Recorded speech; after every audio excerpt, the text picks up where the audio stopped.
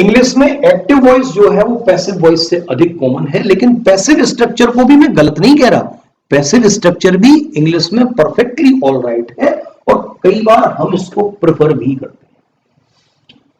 लेकिन कब करते हैं, क्योंकि ये इंग्लिश जो है वो लैंग्वेज केवल यहां कंपटीशन का ही विषय नहीं है, ये आगे तक आपके काम आने का विषय है। आगे तक आपके सेंटेंसों की संरचना कैसे होगी, कंस्ट्रक्शन कैसे होगा, कैसे आप बेटर सेंटेंसेस बोले, ये आगे तक का विषय है। ये भाषा है, भाषा में कोई हार्ड एंड फास्ट रूल्स नहीं हो सकते। भाषा में हमेशा उन्नत करने के प्रयास किए जाते हैं।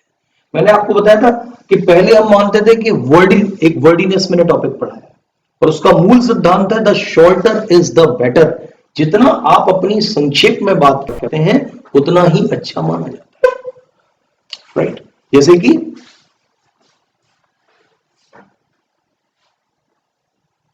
आई like music and painting is also liked by मी।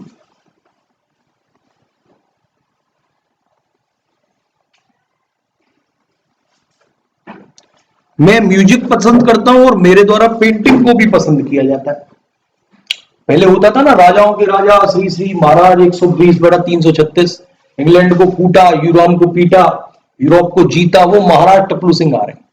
मतलब इतने एडवर्ड और एडजेक्टिव्स लगाए जाते थे, एडजेक्टिव्स इतने लगाए जाते थे राजाओं के लिए कि बहुत सारे, ये महाराजाओं में आधे घंटे तक तो एडजेक्टिव चल रहे हैं, उनका महिमा मंडन चल रहा है। बाद में पता चला महाराज टपलू सिंह आ रहे हैं। इतनी बड़ी प्रक्रिया, I like music, painting is also like by me. आपने 3 इडियट पिक्चर देखी है? सबने देखी है? तो उसमें एक सीन होता है ना कि मशीन की परिभाषा पूछी जाती है, तो ये बत्ता उड़ाता है, अरे ये भड़ भड़ भड़ पता नहीं क्या क्या क्या क्या क्या क्या बोलता रहता है। तो फिर आमिर खान अपनी परिभाषा बताना चाहता है, टीचर सुनता है बहुत देर तक, फिर कभी कहना क्या चाहते हो? तो यहां पर बस यही देखना है, कहना क्या चाहते हो, कहना क्या चाहते हो कि भाई मुझे म्यूजिक और पेंटिंग पसंद है, तो उसको सरल भाषा में कहिए आई लाइक म्यूजिक इन पेंटिंग। काम हो गया ना आपका। तो इज ऑल्सो लाइक्ड बाई मी की यहां पर कोई भी आवश्यकता नहीं, क्योंकि इंग्लिश में यही सिद्धांत है, the shorter is the better. जितना संक्षेप में अपनी बात कहेंगे, गागर में सागर भर देने की जो लोकोक्ति है वो यही है, the shorter is the better. Active और पैसिव के जो एक रूल है वो ये भी कहता है कि use one verb instead of 2।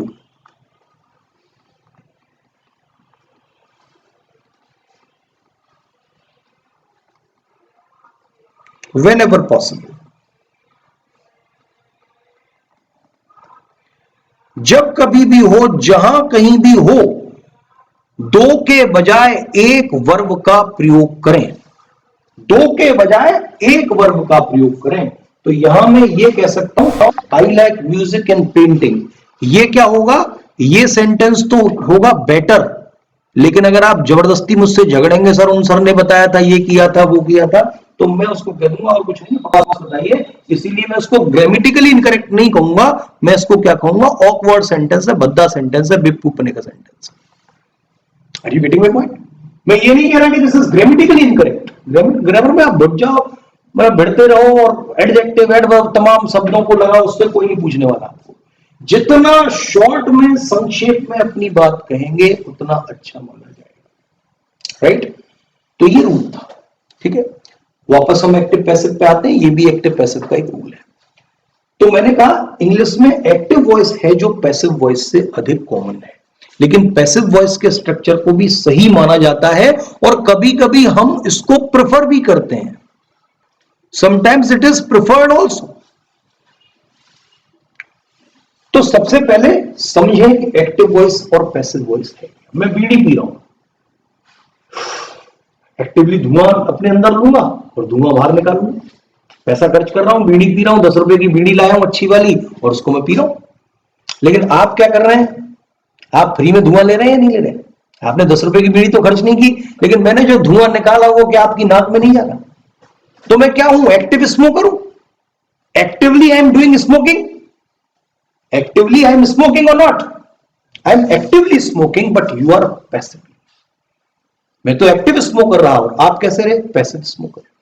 आपको बिना खर्च किए सिगरेट के पैसे धुआं मिल रहा है, आनंद ले रहे हो आप, हो रहा है नहीं हो रहा? तो उसको हम कहते हैं पैसिव। पैसिव का मतलब आप नहीं कर रहे,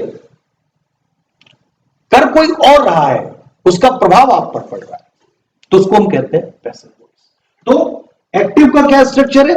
जब कार्यकर्ता, इसमें दो चीजें हुई, एक तो हुआ कार्यकर्ता, और कार्यकर्ता का मतलब जो कार्य करे, जिसको हम हिंदी में बोलते हैं डूअर ऑफ एन एक्शन। अगर डूअर ऑफ एन एक्शन यानी कार्यकर्ता सब्जेक्ट है, तो उसको हम कहते हैं कि ये अगर कार्यकर्ता सब्जेक्ट है, जो कांड कर रहा है सिगरेट पीने का, वही सब्जेक्ट है, वही मुख्य अपराधी है, तो इस सेंटेंस को हम कहेंगे एक्टिव वॉइस। ठीक है भाई? अब कार्यकर्ता तुम नहीं हो, लेकिन प्रभाव तो तुम पे पड़ रहा है। भाई आप अगर मेरे पास बैठे हुए हैं, मेरी क्लास में बैठे हुए, मैंने बीड़ी का सुट्टा अगर लगाया, तो आप पैसिवली ले रहे हैं, नहीं धुएं का मजा, आनंद आपको भी आ रहा है, थोड़ा सर को ज्यादा नशा होगा, हमें भी हो रहा है, passively you are smoking, actively नहीं। तो जब कार्यकर्ता सब्जेक्ट बने, काम को करने वाला, doer of an action is the subject of the sentence denoted by a verb. अब सेंटेंस है तो वर्ब से तो डिनोट करना ही पड़ेगा, उस स्ट्रक्चर को हम कहते हैं active voice. Like the Hunter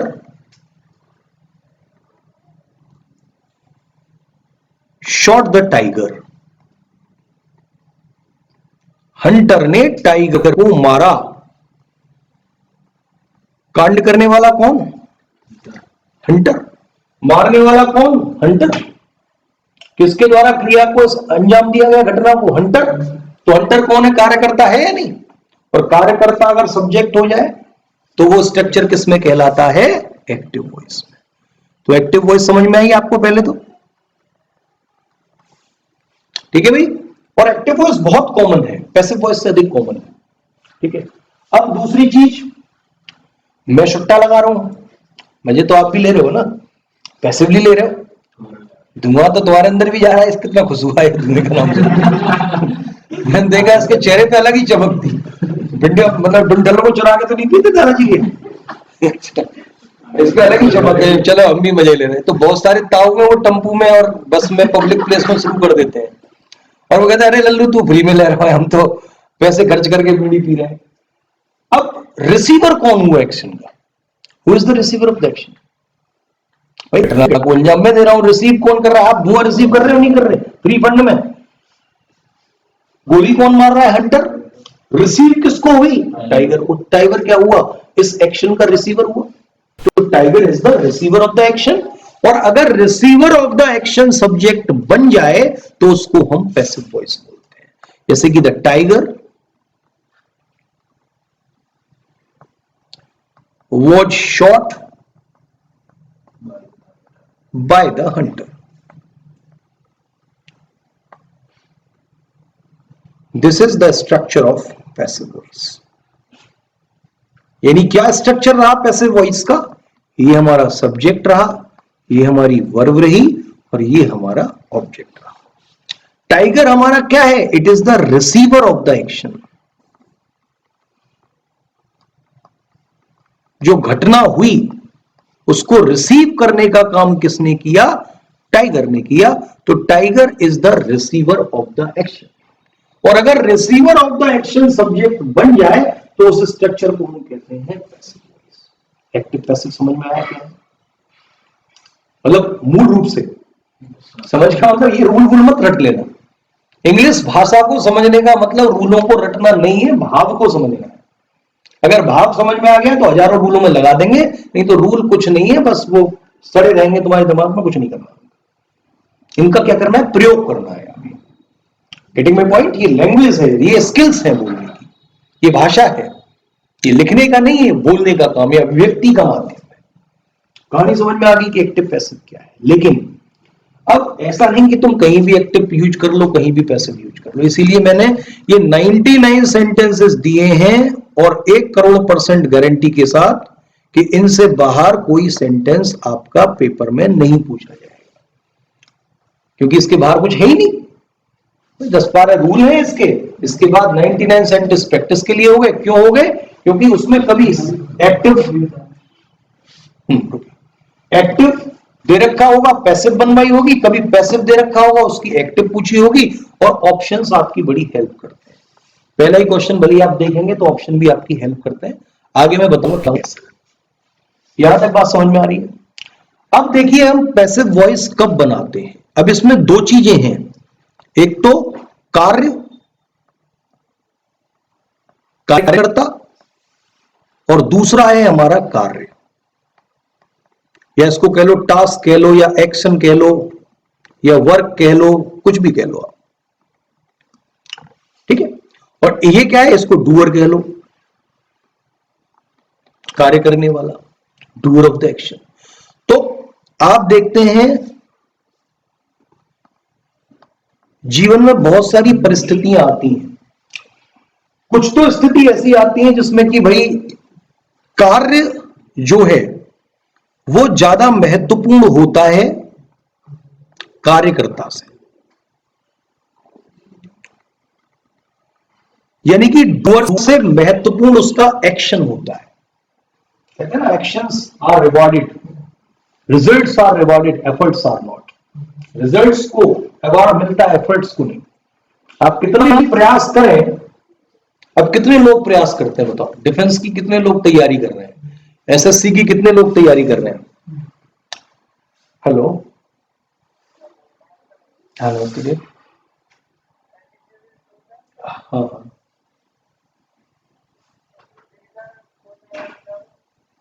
हाँ, चलो मैं आपको, हाँ मैं कॉल बैक करता हूँ अभी आपको।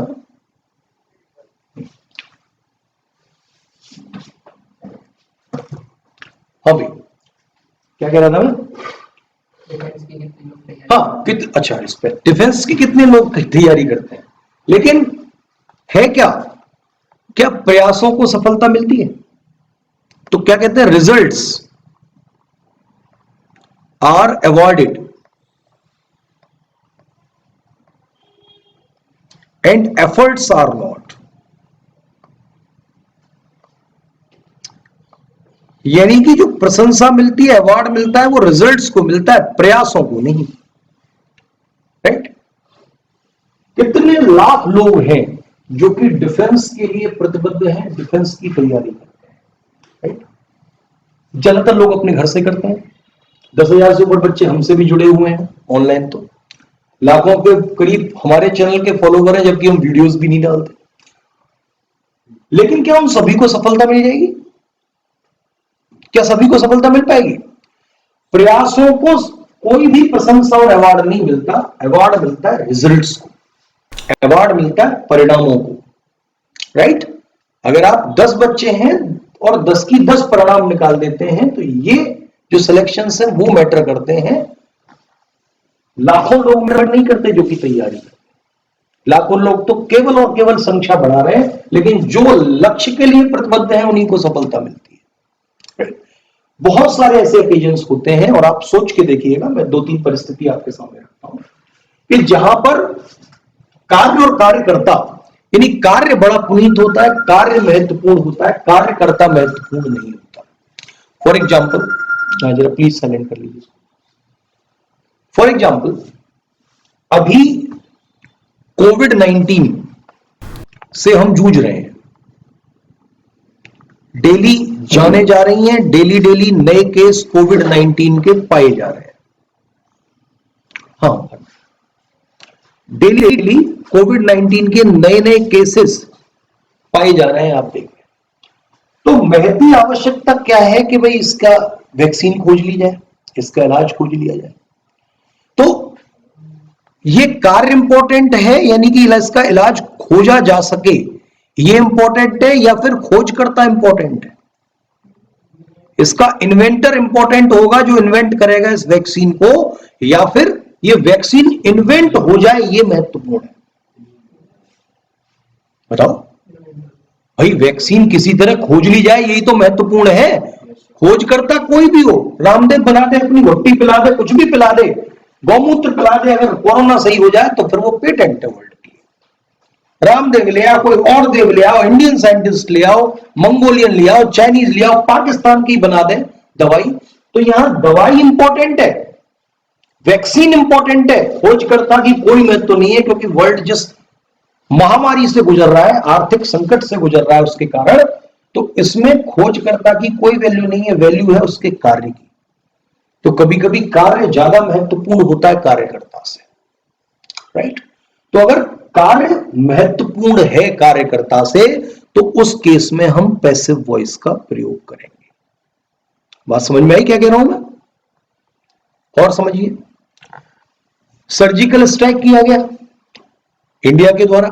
दूसरा एग्जांपल मैं आपको देता हूं। अब इंडिया ने सर्जिकल स्ट्राइक किया पाकिस्तान पर, यह महत्वपूर्ण था या महत्वपूर्ण वो सोल्जर्स थे जिन्होंने ये काम किया? महत्वपूर्ण तो उनका कार्य था ना। कितने सोल्जर्स लग जाए, लेकिन भारत ने पहली बार ऐसा किया कि दुश्मन देश की टेरिटरी में घुस के, उनके क्षेत्र में घुस के, उनके टेररिस्ट कैंप को तबाह कर दिया। इससे बड़ी कोई घटना हो सकती थी? ये हमारे लिए प्राइड का प्रश्न था, ये हमारे लिए गर्व का विषय था कि जो आतंकवादी जहां हमारे देश में आकर आतंकी गतिविधियों को अंजाम देते हैं, उनको वहीं उनके देश में ही सीधा अल्लाह के पास पहुंचा दिया, जाओ हूर तुम्हारा इंतजार कर रही है। हजारों आतंकवादियों को जो लॉन्चिंग पैड पर आकर इंडिया की में आतंक फैलाते, उनको सीधा सीधा अल्लाह के पास भेज दिया, जो आतंक फैलाओ। तो महत्वपूर्ण तो ये कार्य था। कितने भी सोल्जर लग जाते, ये सोल्जर महत्वपूर्ण इसमें नहीं थे। हालांकि उन्होंने कार्य किया, लेकिन ये कार्य ज्यादा महत्वपूर्ण था। टाइगर हिल पे हमने कब्जा कर लिया, ऐसी चोटी जहां से कि आप पत्थर भी गिरा दो ना तो दुश्मन मर जाए। लेकिन हमने रात में चढ़ के, दिन में बिल्कुल शांत हो गए एक्टिविटीज, फिर रात में चढ़ाई की, फिर छुप गए पत्थर के नीचे, और हमने फिर से वो चोटी वापस ऑक्यूपाई कर ली। ये कितना बड़ा काम था। बर्फ में ही छुप जाना, रात रात भर चढ़ाई करना बर्फ में, फिर दिन में किसी पहाड़ की ओट लेके छुप जाना, फिर से चढ़ाई करना, कितना टफ टास्क रहा होगा। आदमी रात में और बर्फ पे चढ़ाई कर रहा है। तो ये कार्य इंपॉर्टेंट था कि वो टाइगर हिल पे हमने कब्जा कर लिया। तो कार्य कभी कभी ज्यादा महत्वपूर्ण होता है। तो आपको ये चीज डिफरेंशिएट करनी है तुम्हारे दिमाग में कि अगर कार्य महत्वपूर्ण है कार्यकर्ता से, तो आपको पैसिव वॉइस का प्रयोग करना है। और अगर आप सोचते हैं कि भाई खोजकर्ता महत्वपूर्ण है, इसको थोड़ा सा क्रेडिट दिया जाना चाहिए, जैसे कि निर्मलजीत सिंह सिक्खन, एक ही परमवीर चक्र एयरफोर्स में हमारे दिया गया है, वो है निर्मलजीत सिंह सिक्खन। ऐसा हुआ कि एयरक्राफ्ट पाकिस्तान के आ रहे थे, तो उन्होंने हेड ऑन कोलिजन से उन दोनों एयरक्राफ्ट को नष्ट कर दिया, खुद भी नष्ट हो गए। लेकिन उन एयरक्राफ्ट को हमारी जो एयरबेस था, जहां से हमारे हवाई जहाज उड़ान भरने थे, उसको नष्ट नहीं होने दिया। क्योंकि अगर एयरबेस ही नष्ट हो जाएगा तो एरोप्लेन कहां से उड़ान भरेंगे? उनका उड़ान भरना संभव नहीं है। इसीलिए अभी हम क्या कर रहे हैं, ये जो एक्सप्रेस वे बने, यमुना एक्सप्रेस वे, वहां पर कभी कभी जहाजों को उतार देते हैं, क्योंकि संकट की स्थिति में अगर कुछ ऐसा है तो इनको भी रनवे की तरह इस्तेमाल किया जा सकता है। एक ही पुरस्कार मिला एयरफोर्स में, और वो थे निर्मलजीत सिंह सिक्खन। अब इनको अगर परमवीर चक्र मिला है, तो इसका मतलब इनको क्रेडिट देना बनता है नहीं? तो इसमें आदमी इंपॉर्टेंट है। कार्य किया वो तो महत्वपूर्ण है ही, लेकिन अगर खोजकर्ता को, इन्वेंटर को, कार्य करने वाले को महत्व देना है, स्ट्रक्चर विल बी एक्टिव। अब भाई ये तो अपनी बुद्धि से थोड़ा सा इंटरप्रिटेशन आप लगाएंगे ही लगाएंगे ना, कि कौन सी वॉइस का कहां इस्तेमाल करना है। ये तो तुम्हारा दिमाग कहेगा ना कि कहां तुम्हें कार्य को महत्व देना है और कहां कार्य। तो देखिए, जो मैंने सूत्र आपको कराया, पैसिव वॉइस को हम कब प्रेफर करते हैं? Passive voice is preferred when doer of an action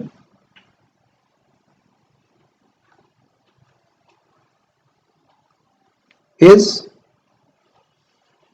unknown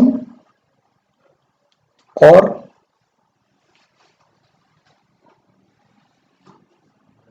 unimportant.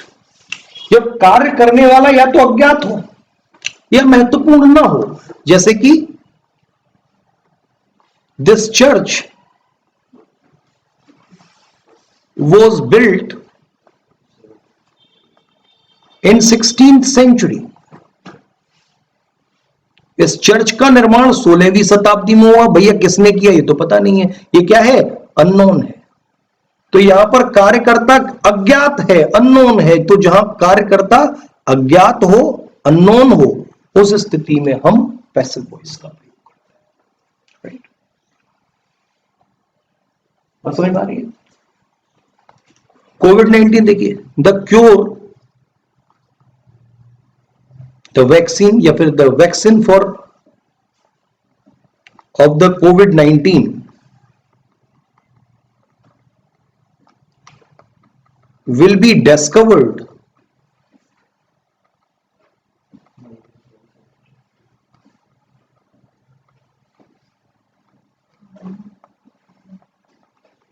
by some unknown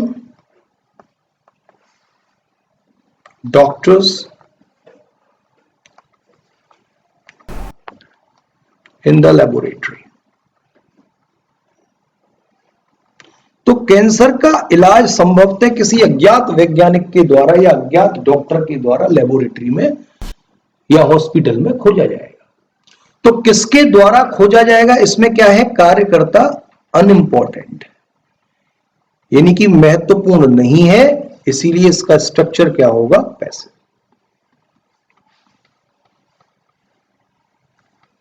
I hope I am clear.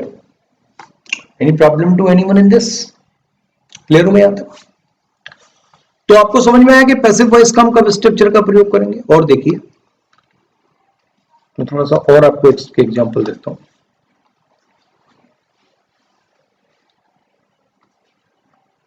Some people painted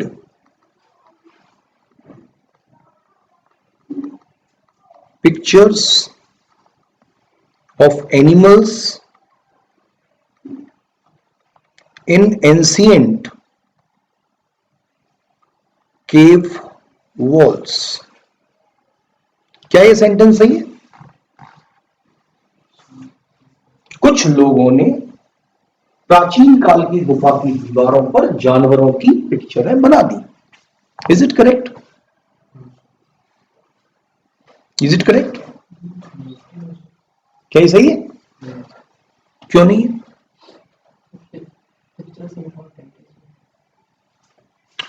भाई इसमें जिन लोगों ने बनाई ये जानवरों की पिक्चरें गुफा की दीवार पर, क्या उनका कुछ अता पता है उनका अता पता कुछ नहीं है, पता नहीं कौन है। तो यानी कार्य करने वाले अननोन है।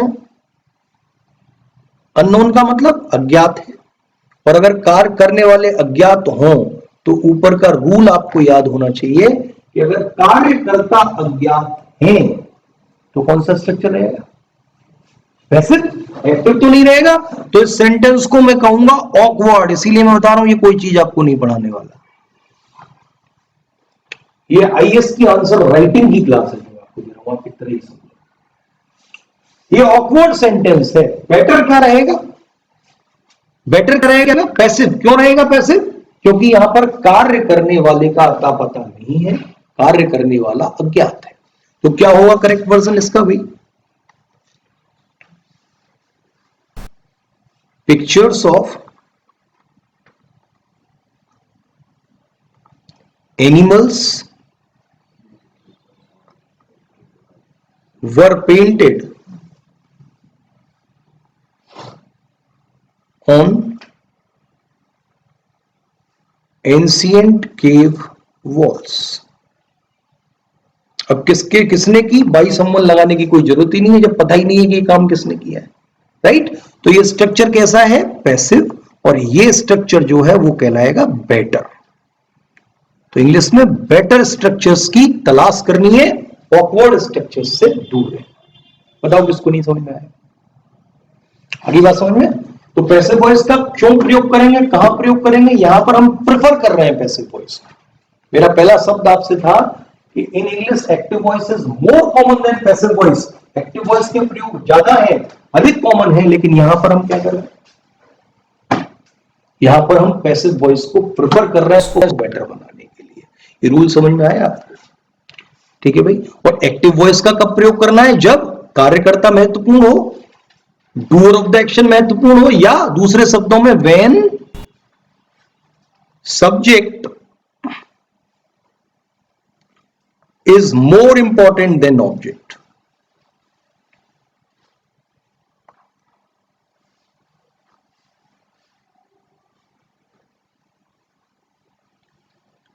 जब सब्जेक्ट ऑब्जेक्ट से अधिक महत्वपूर्ण हो, उस स्थिति में हम एक्टिव वॉइस का प्रयोग हमें क्लियर। जैसे कि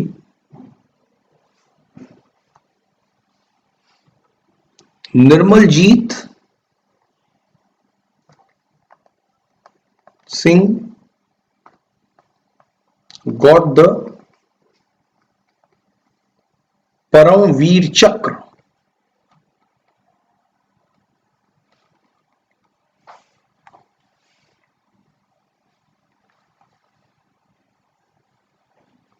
ठीक है भाई, अब इस सेंटेंस पे विचार कीजिए। निर्मलजीत सिंह सिक्खन को परमवीर चक्र मिला। अब इसमें निर्मलजीत सिंह सिख इंपॉर्टेंट है या परमवीर चक्र मिला ये महत्वपूर्ण है। कौन जानता था निर्मलजीत सिंह सिक्खन को भाई? परमवीर चक्र मिला इसीलिए तो जानते हैं। तो हम इसको क्या कह सकते हैं? Paramvir Chakra was awarded to Nirmaljit Singh Sekhon. Nirmaljit Singh Sekhon को परमवीर चक्र अवार्ड किया गया। कहानी समझ में आ गई है? वैल्यू तो परमवीर चक्र की है। निर्मलजीत सिक्खन को कौन जानता था उससे पहले? कोई नहीं जानता था। तो एक्टिव की जगह आप क्या बनाएंगे? पैसिव। अब हां, एक्टिव पर मैं हूं जब सब्जेक्ट ऑब्जेक्ट से अधिक इंपॉर्टेंट हो। जैसे हमने न्यूज देखा, we watched the news.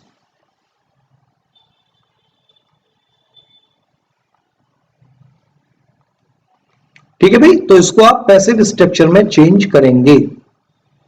This is active, लेकिन एक्टिव इसका क्या रहेगा? ऑकवर्ड रहेगा, और इसको आप पैसिव में चेंज कर लेंगे। कहानी समझ में आ गई ना? Paramvir Chakra was awarded to Nirmaljit Singh Sekhon, और हम इसको क्या बोलते हैं? परमवीर चक्र अवॉर्डी। परमवीर चक्र उसको मिला है, तो जिसका महत्व है उसको आगे, जिसका महत्व है उसको आगे लाइए। यही सिद्धांत। हमने न्यूज देखा, वी वॉच द न्यूज, तो इसमें देखने वाले इंपॉर्टेंट है, यानी सब्जेक्ट ज्यादा इंपॉर्टेंट है ऑब्जेक्ट से। तो यहां पर कौन सा वॉइस है? Active voice.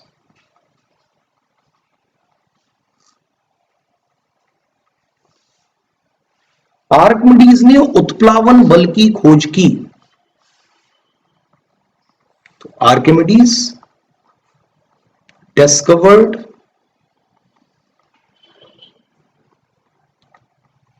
The law of floating bodies.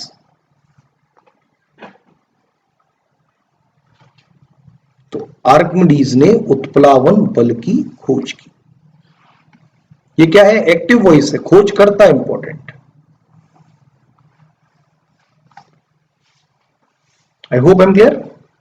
Any doubt? और मैंने आपको क्या बताया? डोंट यूज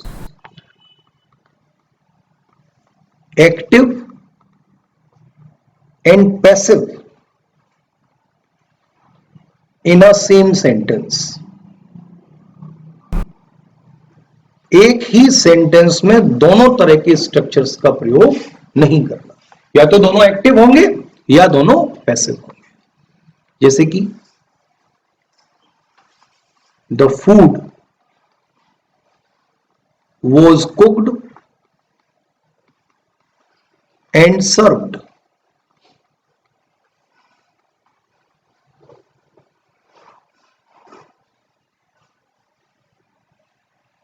यानी खाने को बनाया गया और सर्व किया गया।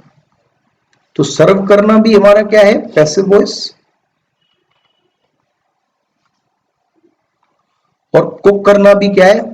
Passive voice. किसी के द्वारा ही पकाया गया और किसी के द्वारा ही सर्व किया गया। और अगर एक्टिव है तो एक्टिव रहेगा, जैसे कि Mahendra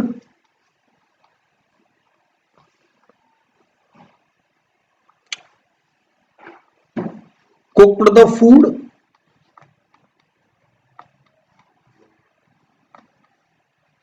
and washed the plates.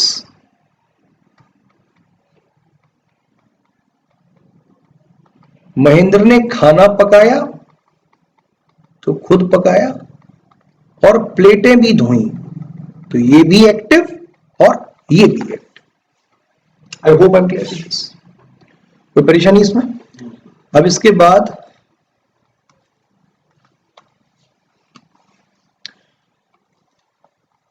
अगला रूल आता है अबाउट द इंट्रांजिटिव वर्ब्स।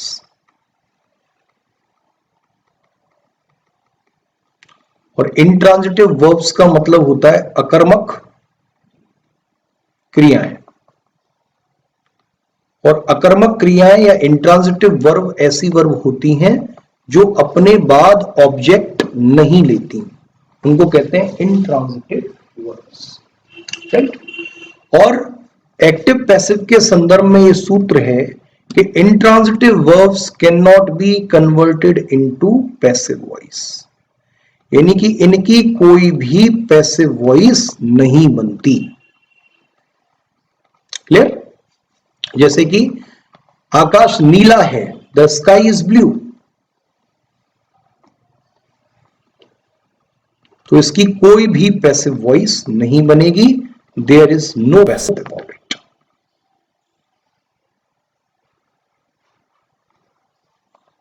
ठीक है। ही गोज टू स्कूल, तो ये क्या है? इंट्रांजिटिव वर्ब है, क्योंकि इसमें कोई भी ऑब्जेक्ट नहीं है, तो इसीलिए इसकी कोई पैसिव नहीं बनेगी। तो ये सूत्र कहता है कि इंट्रांजिटिव वर्ब्स की कभी पैसिव वॉइस नहीं। कोई परेशानी यहां तक? अब जो सब बताते हैं उन रूल्स को मैं बताना स्टार्ट करता हूं। ही rights a letter,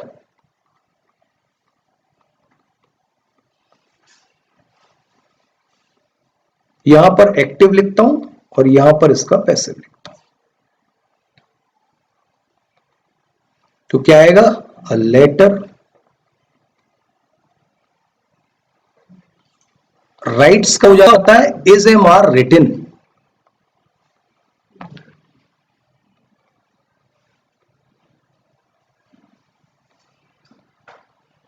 by him. अब चूंकि लेटर सिंगुलर है तो इसके साथ इज आएगा। तो राइट ये क्या है? Present indefinite. तो प्रेजेंट इंडेफिनिट में क्या होता है? लेटर को आगे ले आइए, राइट्स का इजेमा रिटर्न कर दीजिए और बाई ही की ऑब्जेक्टिव फॉर्म है।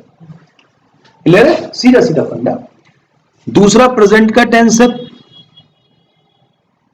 यानी कि एक तो सिंपल प्रेजेंट हो गया, इसके बाद सिंपल वाले लो सिंपल पास्ट। सिंपल पास्ट का क्या स्ट्रक्चर है?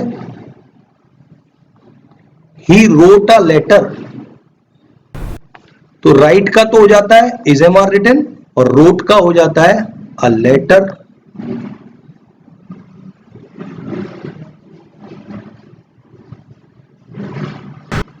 Was written by.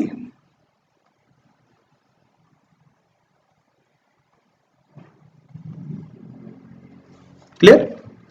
He will write a letter,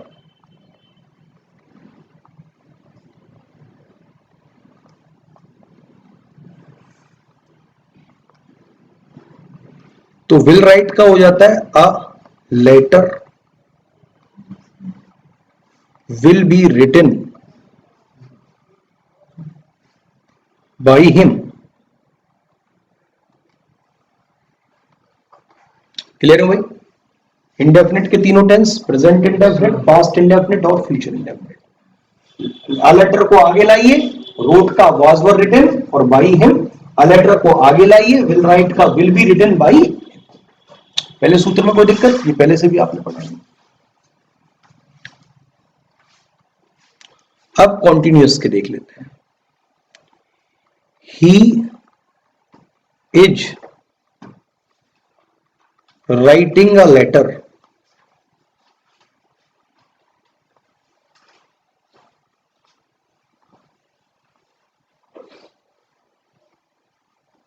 to a letter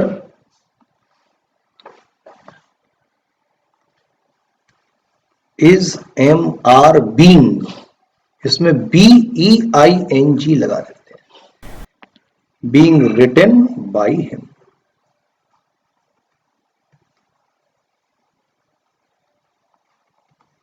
He was writing a letter.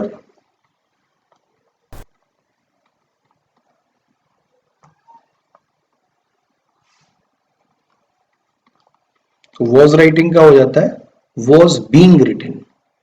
A letter was being written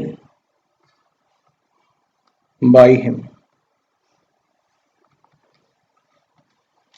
ठीक है, he will be writing a letter, future continuous.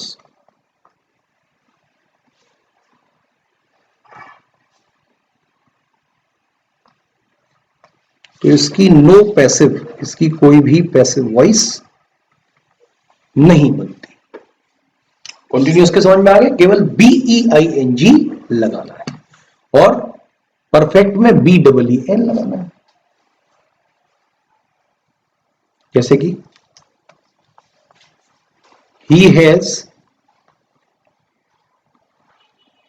written a letter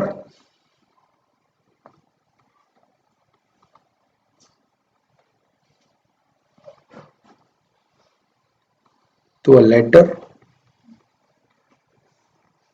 has been written आएगा।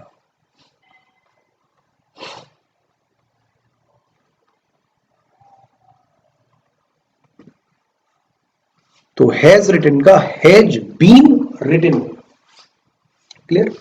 Similarly he had written a letter,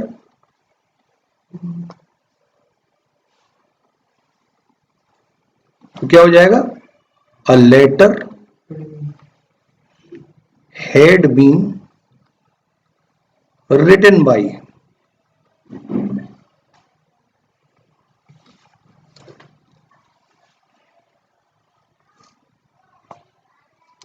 और अगर आपका आता है he will have written a letter,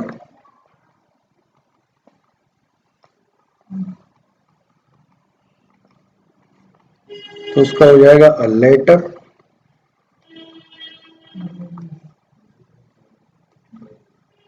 will have been written by। ये हमारी passive voice है और एक्टिव वॉइस है। परफेक्ट में हम बीन लगा देते हैं और थर्ड फॉर्म, बस ऑब्जेक्ट को आगे लाना। परफेक्ट है तो बीन लगा देना, थर्ड फॉर्म लगा देना और बाई है, क्लियर। ये सब स्ट्रक्चर्स आपने पहले पढ़े होंगे।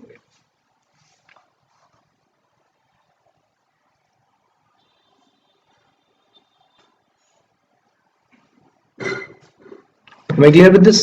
अब कुछ होते हैं इंपरेटिव सेंटेंसेस, जैसे ओपन द डोर, आदेशात्मक वाक्य होते हैं ना कुछ, मुंह बंद रखो अपना, shut your mouth.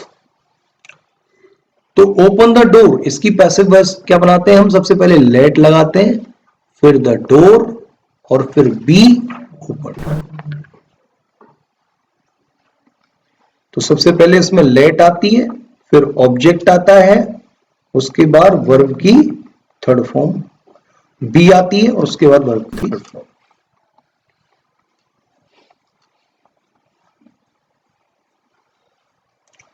Shut your mouth, let your mouth be shut. ठीक है भाई, ये इंपरेटिव सेंटेंसेस। तो these are the passive voice. तो जो मैंने रूल्स बताए हैं उनको आपको ध्यान में रख के चलना है, और जो 99 मैंने सेंटेंसेस दिए हैं एक्टिव एंड पैसिव के, इनको कर लेना है। अगर आपने ये कर लिया तो फिर और कुछ करने की आपको जरूरत नहीं पड़ेगी। जैसे कि